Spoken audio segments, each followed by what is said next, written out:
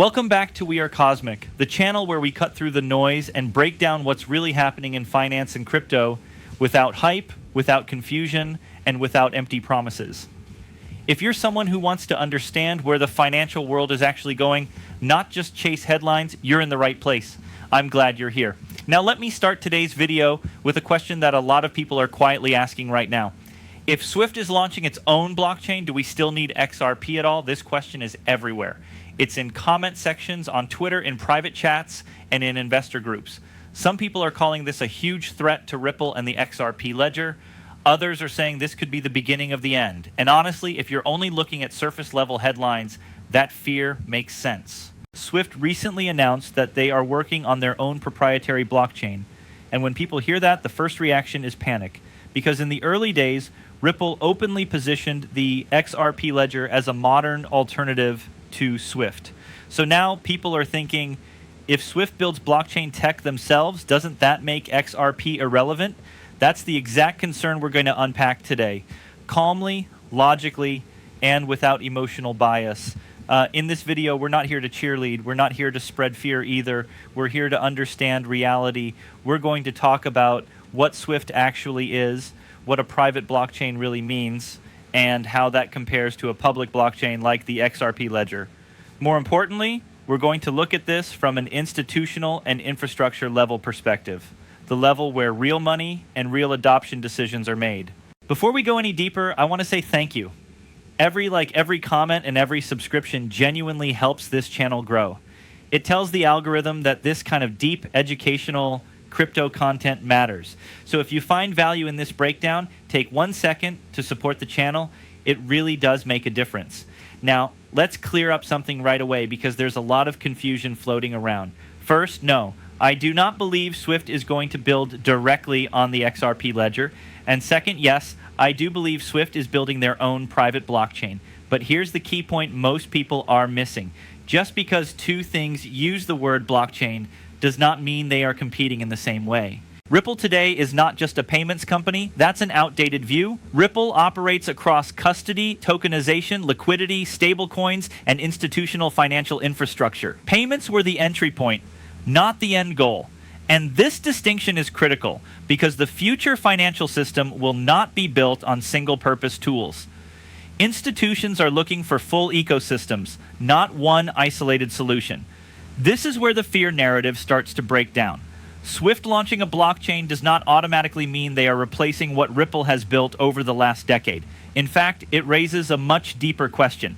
Is Swift actually transforming, or are they just upgrading their existing system? That difference matters more than price charts, speculation, or social media debates. So today we're going to slow this conversation down. We're going to compare legacy systems versus native blockchain companies.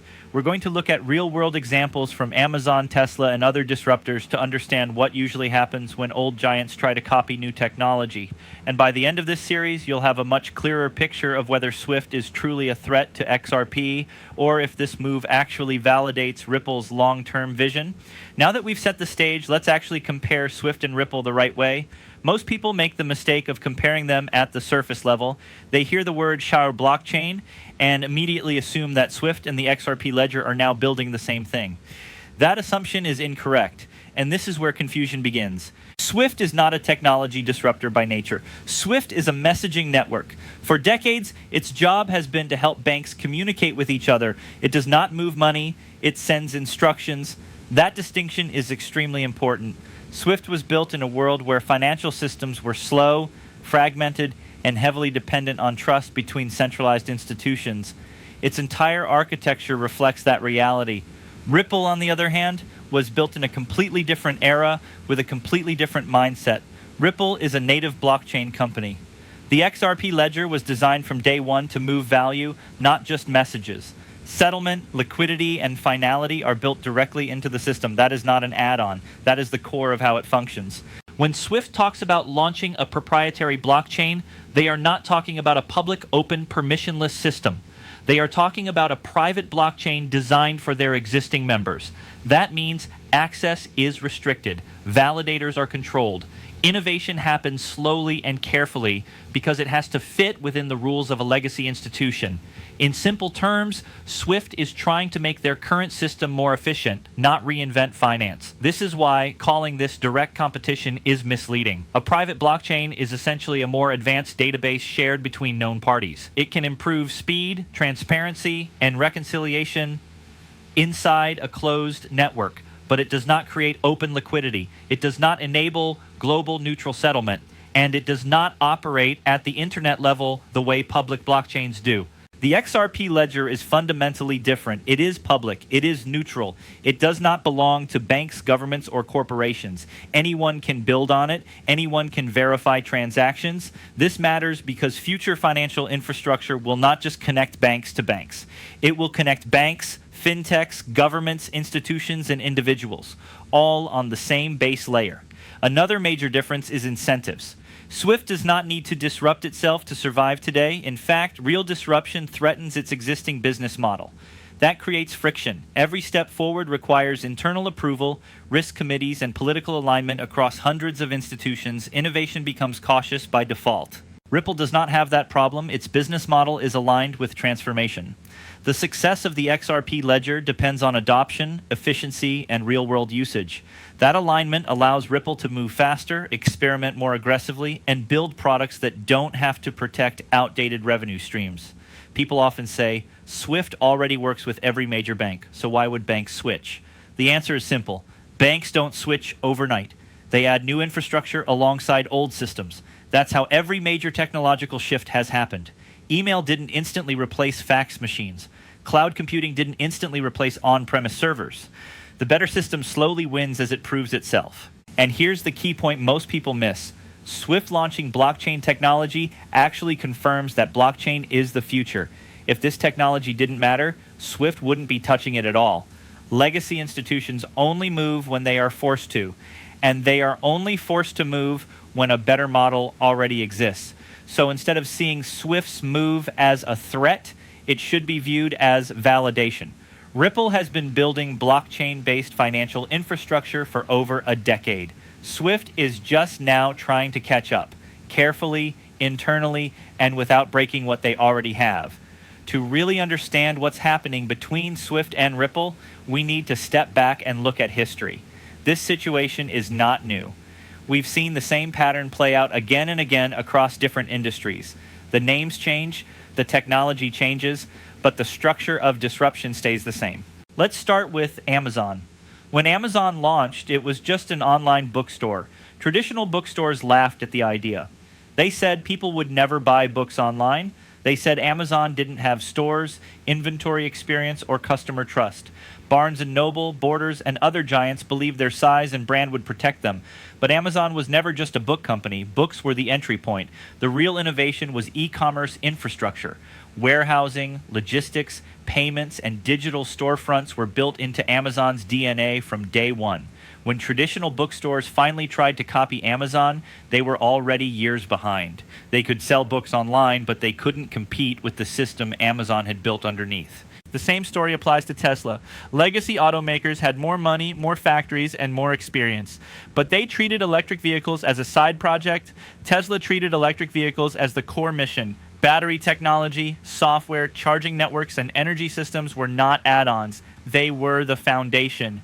When Ford, GM, and others finally took EVs seriously, Tesla was already scaling globally. This is exactly the lens we need to use when analyzing Ripple versus SWIFT. Ripple did not wake up one day and decide to add blockchain to an existing system. Ripple was built around blockchain. The XRP ledger is not a feature. It is the foundation. Everything Ripple builds, whether it's liquidity, custody, or tokenization, is designed to work natively on a distributed ledger. SWIFT is approaching blockchain from the opposite direction. Blockchain is being added to an already existing system. That creates limitations. Decisions have to fit legacy workflows. Innovation has to be backwards compatible. Risk has to be minimized, even if that slows progress. This difference shows up in culture as well. Disruptive companies attract engineers, developers, and thinkers who want to build the future. Legacy institutions attract people who want stability, compliance, and incremental improvement. Neither is good or bad, but they produce very different outcomes. Ask yourself this: if you're a top blockchain engineer graduating today, where are you more likely to go? A company that questioned blockchain for years, or a company that built its entire vision around it? Talent flows toward belief, not hesitation. Another important point is speed. Disruptors move fast because they have to. Legacy players move slowly because they can afford to, until they can't. By the time Swift rolls out a polished private blockchain, Ripple will not be standing still. They will be 10 steps further, building new layers, new integrations, and new markets. And here's something many investors overlook. Legacy companies entering a disruptive market often validate the disruptor's vision. When big players copy an idea, it's usually because the idea already works. They are not leading the change. They are reacting to it. So when people say Swift is too big to lose, history tells us otherwise. Size does not protect companies from disruption. Adaptability does. And adaptability is not about adding new tools. It's about changing how you think, how you build, and how you operate. Let's start with what Swift is most likely building. Swift has already signaled that their blockchain will be private and permissioned. That means only approved institutions can participate. Validators are selected. Access is controlled. Governance is centralized. In simple terms, this is a shared system for known players who already trust each other. A private blockchain can be useful. It can reduce reconciliation time. It can improve record keeping. It can lower operational costs inside an existing network, but it does not change the structure of global finance. It does not create open access, and it does not remove intermediaries in a meaningful way. Think of it like this: a private blockchain is an upgraded internal system. It is still a closed environment. It still relies on trust between members. It still operates under the rules of the organization that controls it. Now, compare that to a public blockchain like the XRP ledger. The XRP ledger is open, neutral, and globally accessible. Anyone can verify transactions. Anyone can build applications. No single entity controls the network. That is not a design flaw. That is the feature. Public blockchains are designed to function like the internet. No one owns the internet, but everyone can use it. This matters because future financial infrastructure is not just about banks talking to banks. It's about value moving freely across borders, platforms, and systems in real time. That requires a neutral settlement layer. Private blockchains cannot provide that because they are designed to protect existing power structures. Another key difference is liquidity. On a private blockchain, liquidity is locked inside the network. On a public blockchain, liquidity can be shared, accessed, and optimized globally. This is where XRP plays a unique role. XRP is not just a token, it is a bridge asset designed to connect different currencies, systems, and markets without requiring pre-funded accounts.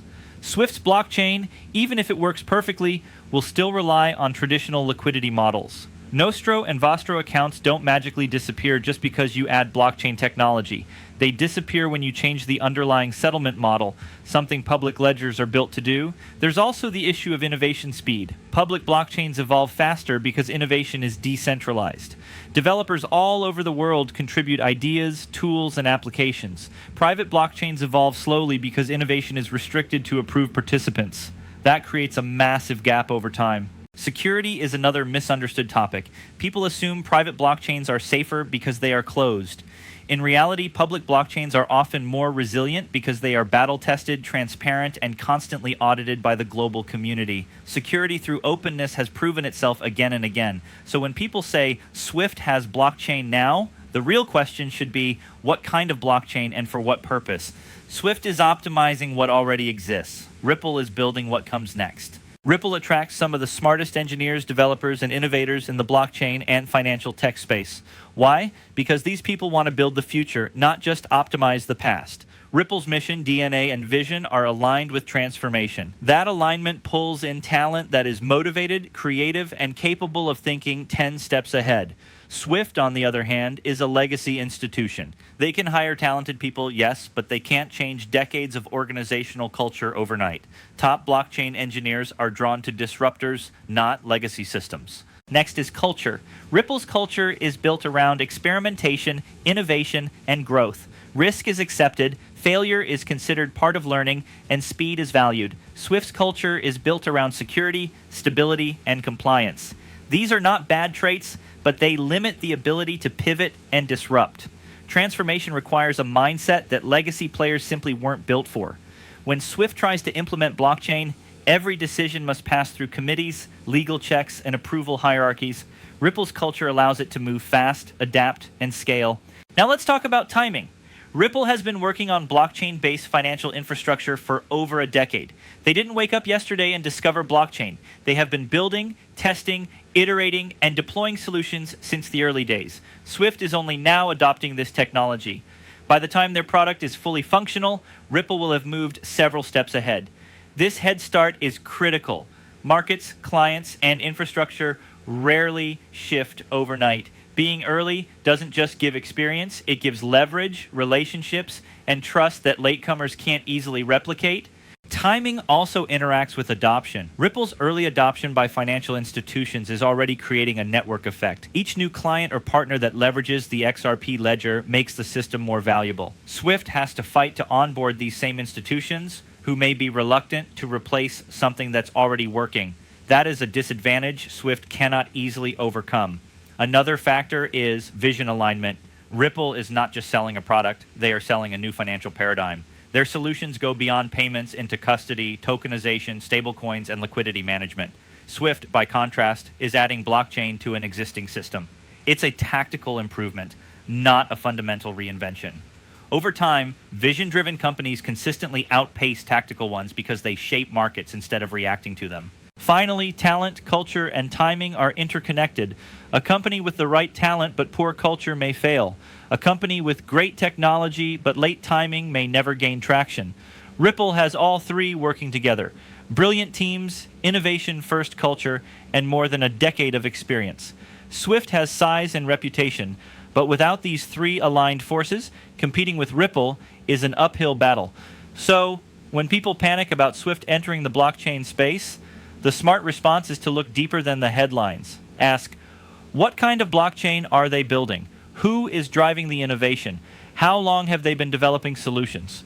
The answers consistently show why Ripple maintains a durable advantage. Swift is building a private blockchain aimed at improving its existing systems for banks. It's designed for known participants, controlled validators, and a carefully managed environment. Ripple, on the other hand, built the XRP ledger as a public blockchain open to anyone, neutral, and decentralized. This fundamental difference means that Ripple is building new financial infrastructure while Swift is optimizing legacy systems. That alone explains why these two solutions are not competing on equal footing. Second, timing matters. Ripple has been at this for over a decade. They have had time to test, refine, and expand solutions across payments, liquidity, custody, and stablecoins. Swift is entering the blockchain space late, which means they are already playing catch-up. Early adoption, real-world usage, and network effects give Ripple an advantage that Swift cannot replicate quickly. History repeatedly shows that disruptors with a strong head start often dominate industries, even when legacy giants try to copy them later. Third, talent and culture are critical. Ripple attracts engineers, developers, and innovators who are motivated to build the next generation of financial infrastructure. Swift has size and reputation, but lacks the same innovation-driven culture. Transformation is not just about technology, it's about the people building it. Without aligned talent and vision, Swift will struggle to compete meaningfully with Ripple. Fourth, public versus private blockchain creates different opportunities. Swift's private blockchain will improve internal efficiency, but it will not create open liquidity or global settlement layers. XRP, as a bridge asset, operates in a public, neutral environment, enabling cross-border value transfer in ways Swift cannot. This is why XRP's potential is not diminished by Swift's move. In fact, Swift entering this space validates that blockchain-based financial infrastructure is the future. Now, what does this mean for investors and crypto enthusiasts? First, it's important to stay rational and avoid panic. Headlines about Swift launching a blockchain are alarming on the surface, but understanding the details tells a different story. Ripple is not threatened in the way many fear. The XRP ledger has structural advantages, a head start, and a mission-aligned ecosystem that make it resilient. Second, this is a moment to observe innovation and adoption, not price movements alone. The The real story is which platforms are being adopted by institutions, which solutions scale effectively, and which ecosystems attract developers and partners. Ripple's track record shows strong progress in all these areas. Swift, while credible, is in early stages and limited by legacy constraints. Third, long-term thinking is critical. Crypto markets are often obsessed with short-term price changes, hype, and FOMO, but understanding market structure, technology fundamentals, and competitive positioning provides a much clearer picture of where value lies over the next 5 to 10 years. XRP and the XRP ledger are not just cryptocurrencies, they are part of a strategic infrastructure build-out that will outlast any single headline or competitor announcement. Finally, as an XRP investor or enthusiast, the takeaway is confidence grounded in knowledge. Swift's private blockchain is not a threat to Ripple. It is a confirmation that the vision Ripple has been executing for years is real, relevant, and necessary. The legacy system's late attempt to innovate shows that Ripple's disruption is working, and they are already far ahead. To conclude, always remember, disruption is about vision, not imitation. Legacy players like Swift entering the blockchain space validates Ripple's strategy, but does not threaten it. XRP's infrastructure, public ledger, and holistic ecosystem remain unique, giving it a competitive advantage that is hard for anyone to match. Thank you for sticking with me through this deep dive. If you found this breakdown helpful, make sure to like, subscribe, and share so we can continue bringing clear, expert crypto analysis to this community. Remember, understanding the story behind the headlines is what separates smart investors from the rest. And as always, stay curious, stay informed, and keep looking ahead. This is We Are Cosmic, and we'll see you in the next update.